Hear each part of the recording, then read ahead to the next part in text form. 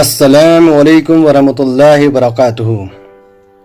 दोस्तों, हमारा channel subscribe करें, बेल आइकन को दबाना ना भूलें ताकि हमारी न्यू अपलोड वीडियोस की नोटिफिकेशन आपको मिलती रहें। शेयर करें, लाइक करें, कमेंट करें।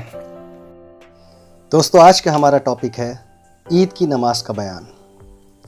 इस मसले को भी बहिश्ती ज़ेवर मौलाना अशरफ अली थानवी से लिया गया है।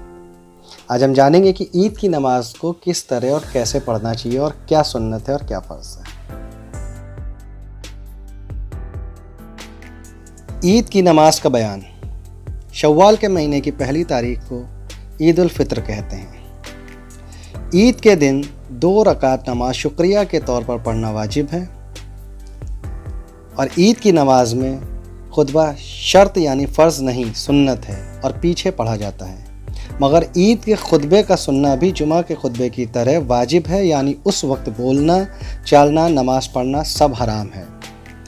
ईद उल फित्र के दिन 13 चीज़ें सुन्नत हैं। शरअ के मुताबिक अपने को सजाना, गुस्ल करना, मिसवाक करना, अच्छे से अच्छे कपड़े पहनना जो पास मौजूद हो, ना कि ख़रीदना, ज़रूरी नहीं है। खुशबू लगाना, सुबह को बहुत सवेरे उठना, ईदगाह में बहुत सवेरे जाना, ईदगाह जाने से पहले कोई मीठी चीज़ जैसे छुआरे वगैरह खाना, ईदगाह जाने से पहले सदक़ाए फ़ित्र देना, ईद की नमाज ईदगाह में जाकर पढ़ना, यानी शहर की मस्जिद में बेउज्र ना पढ़ना, जिस रास्ते से जाएं उसके सिवा किसी दूसरे रास्ते से वापस आना, पैदल जाना और रास्ते में अल्लाहु अकबर ला इलाहा इल्लल्लाह वल्लाहु अकबर वलिल्लाहिल हम्द धीमी आवाज़ से पढ़ते हुए जाना। ईद उल फित्र की नमाज पढ़ने का यह तरीका है कि या नियत करें, यानी मैंने यह नियत की कि 2 रकात वाजिब नमाज ईद की 6 वाजिब तकबीरों के साथ पढ़ूँ। यह नियत करके हाथ बांधने और सुब्हानकल्लाहुम्मा आखिर तक पढ़कर 3 बार अल्लाहु अकबर पढ़ें और हर बार तकबीर तहरीम की तरह दोनों कानों तक हाथ उठाएं और तकबीर के बाद हाथ लटका दें और हर तकबीर के बाद इतनी देर रुकें कि 3 बार सुभान अल्लाह कह सकें। तीसरी तकबीर के बाद हाथ न लटकाएं बल्कि बांध लें और अऊज़ु बिल्लाहि पढ़कर सूरह फातिहा और कोई दूसरी सूर पढ़कर कायदे के मुताबिक रुकू सजदा करके खड़े हों और उस दूसरी रकात में पहले सूरह फातिहा और सूर पढ़ लें। इसके बाद 3 बार तकबीर इसी तरह कहें, लेकिन यहाँ तीसरी तकबीर के बाद हाथ ना बांधें बल्कि लटकाए रखें और फिर तकबीर कहकर रुकू में जाएं। ईद की नमाज देर करके पढ़ना सुन्नत है, जबकि ईद उल अज़हा की नमाज जितनी जल्दी सवेरे में पढ़ सकें उतना बेहतर है।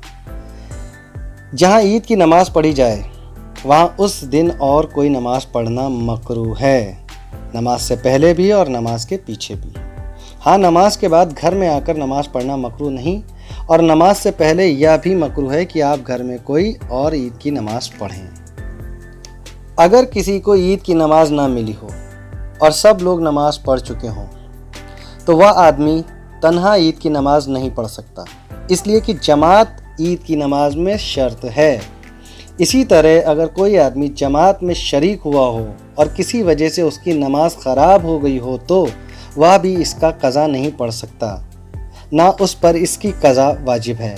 हाँ, अगर कुछ और लोग भी इसके साथ शरीक हो जाएं तो पढ़ना वाजिब है, फिर उसे पूरी ईद की नमाज उन लोगों के साथ पढ़ना है।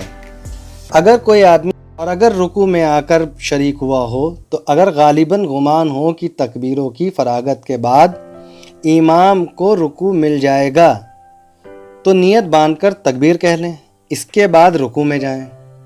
और अगर ना मिलने का खौफ हो तो रुकू में शरीक हो जाएं और रुकू की हालत में बजाय तस्बीह कहने के तकबीरें कह लें, मगर रुकू की हालत में तकबीरें कहते वक्त हाथ ना उठाएं और इससे पहले कि पूरी तकबीरें कह चुके इमाम रुकू से सर उठा ले तो यह भी खड़ा हो जाए और जितनी तकबीरें रह गई हैं वे से माफ़ है, उसके ऊपर कोई गुनाह ना होगा।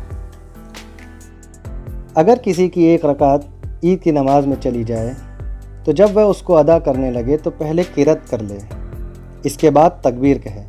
अगरचे कायदे के मुताबिक پہلے تکبیر کہنا چاہیے تھا، لیکن چونکہ اس طریقے سے دونوں رکعتوں میں تکبیر ایک کے بعد ایک ہوئی جاتی ہے اور یہ کسی صحابی کا مذہب نہیں، اس لیے اس کے خلاف حکم دیا گیا ہے۔ تو یہ تھے مسئلے عید الفطر کی نماز کے۔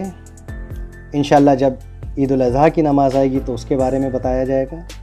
فی الحال ہمیں یہ خیال رکھنا ہے کہ جب ہم کل عید کی نماز پڑھنے جائیں یا ہماری عید کی نماز پرسوں یا جب بھی ہے، تو انشاءاللہ جتنے مسئلے بتائے گئے ان مسئلوں کا پوری طریقے سے دھیان رکھیں اور کسی بھی مسئلے پہ چوک نہ ہونے دیں، اور اس طریقے کی نماز ادا کریں کہ اللہ تعالیٰ ہماری نمازوں کو قبول فرمائے انشاءاللہ، اور اپنے حبیب کے صدقے میں اس کا ثواب ہمیں دیں۔